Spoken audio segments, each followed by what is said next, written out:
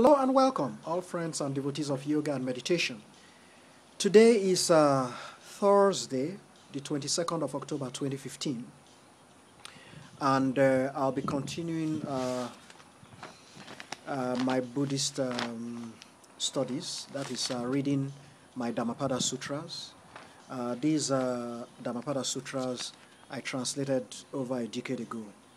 For those who are watching my videos for the first time, the Dhammapada Sutra is one of the very most important sutras in Buddhism because it summarizes the entire wisdom of the Buddha in a nutshell. It sort of summarizes, that is, you can say it's the wisdom of the Buddha in a nutshell. It summarizes, or a summary of the wisdom of the Buddha. It summarizes everything that the Buddha taught in 423 very short, succinct sentences or statements, very short statements. There are 423 of them, as you know. For those who are watching my videos for the first time, welcome. And we are now on chapter 16, I believe. Chapter 16 of the Dhammapada Sutras, which is preferences. So, if you may, let's begin reading from verse 209. A man who busies himself with that which is not truly a proper area or field for business and does not busy himself with that which is, failing to achieve the actual objective, only craving and clinging to things which merely appear desirable, he shall keep eyeing the one who busies himself correctly.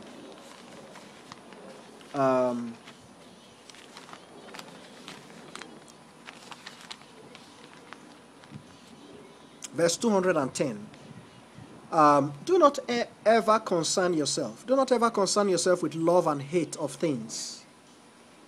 Not getting what one loves is quite unpleasant, a great suffering. It is just like getting what one hates, what one does not love.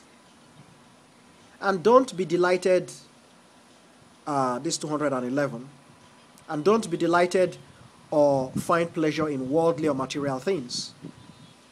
It is difficult to endure the loss of what one loves, but for the liberated humans who have neither love nor hate for worldly or material things, they are free and rid of all bondage. Verse 212. From liking or seeking a better choice, sadness results. From liking or seeking a better choice, fright results. But for a man liberated from liking or seeking a better choice, there is no sadness and surely no fright. Verse 213. From love and liking, sadness results. From love and liking, fright results. But for a man liberated from love and liking, there is no sadness and surely no fright. Verse 214. From delight and gladness, sadness results. From delight and gladness, fright results. But for a man liberated from delight and gladness, there is no sadness and surely no fright. Verse 215. From the pleasures of the flesh, sadness results. From the pleasures of the flesh, fright results. But for a man liberated from the pleasures of the flesh, there is no sadness and surely no fright. Verse 216. From greed and hankering, sadness results. From greed and hankering, fright results. But for a man liberated from greed and hankering, there is no sadness and surely no fright. Verse 217. Humans may well cherish and regard as important one who is abundantly blessed with ethical principles, perception and understanding, firmly standing and acting in accordance with moral right. A real prophet, concentrated, ever mindful, and dedicated to his duties and responsibilities. Verse 218. A man whose yearning arises towards that which cannot be easily expressed by speech or writing, whose heart and memory are quite enthusiastic in this regard and alert, whose reasoning is not bound and ensnared by the pleasures of the flesh, He's rightly called one who is destined to succeed. One who is destined to succeed. Verse 219 and 220, folks, are sort of joint. That is, we translated them together. Probably that will go back to the ancient work done in Pali, the Pali script. 219 and 220. Ultimately, when a person who traveled long ago away from home returns, secure and sound from a distant land, his kinsmen, companions, and well-wishers are quite happy to see him again.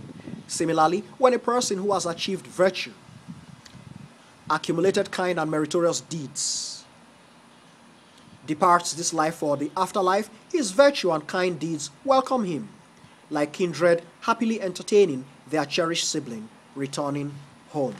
Folks, that should be chapter 16, preferences.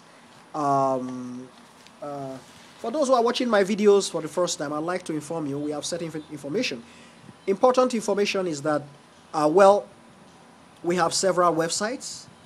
Dhammapada research translations I've already done several years ago, over a decade ago, over 10 years ago.